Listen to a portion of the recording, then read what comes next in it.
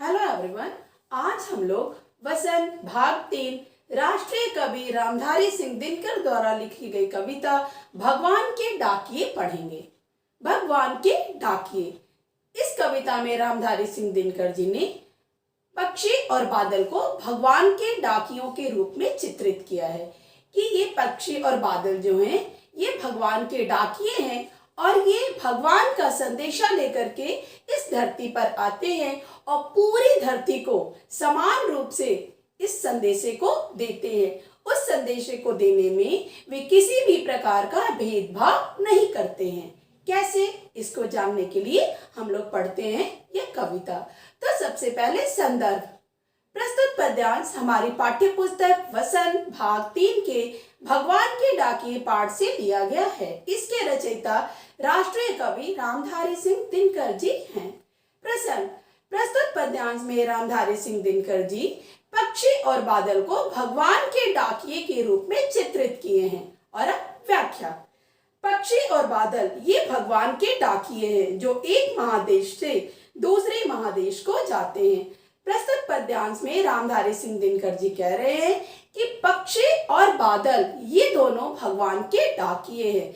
जिस प्रकार से सरकारी डाकिया आता है तो हमारे लिए हमारे अपनों का संदेशा लेकर के आता है, उसी प्रकार से ये भगवान के डाकिए भी धरती पर भगवान का संदेशा लेकर के आते हैं और पूरी धरती को वो संदेशा समान रूप से देते हैं।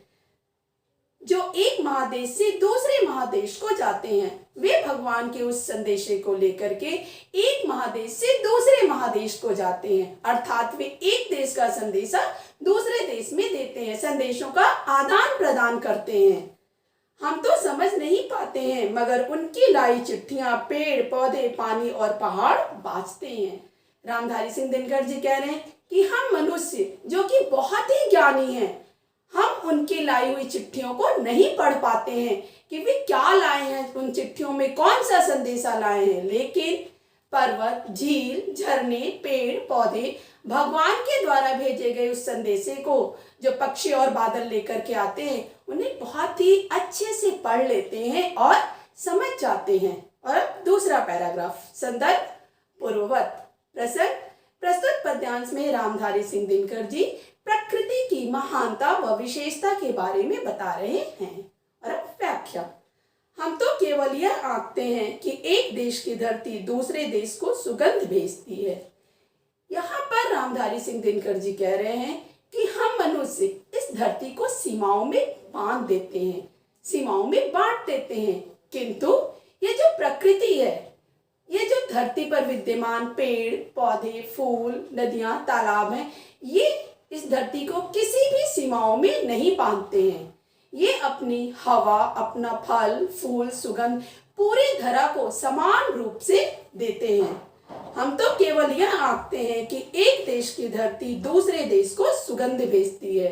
ये जो वृक्ष हैं जो पेड़ पौधे हैं ये अपनी हवा अपना फल फूल सुगंध पूरे धरती को समान रूप से देते हैं।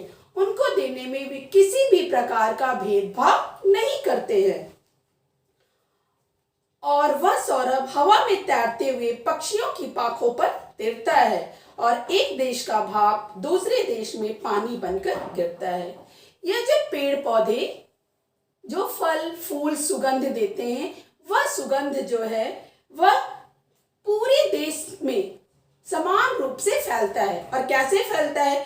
पक्षियों की पाखों पर जो वो सुगंध पक्षियों की पाखों पर फैलता है। कहने का मतलब यह है कि पक्षी जो है वो पूरे धरती पर विचरण करते हैं और बादल जो हैं वो भी उमड़ घुमड़ कर पूरी दुनिया में विचरण करते हैं।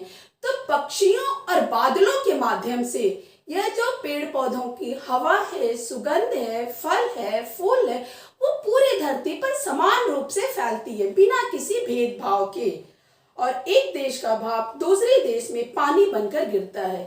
एक देश में जो पानी है धरती का वो भाप बनता है और वो दूसरे देश में जाकर के बरस जाता है। कहने का मतलब यह है कि ये जो बारिश की बूंदें हैं ये जो बादल है वो यह नहीं कहता कि मैं अपना पानी यहीं पर दूंगा, वह पूरी धरती पर समान रूप से अपने जल को बरसाता है, सभी को समान रूप से लाभान्वित करता है।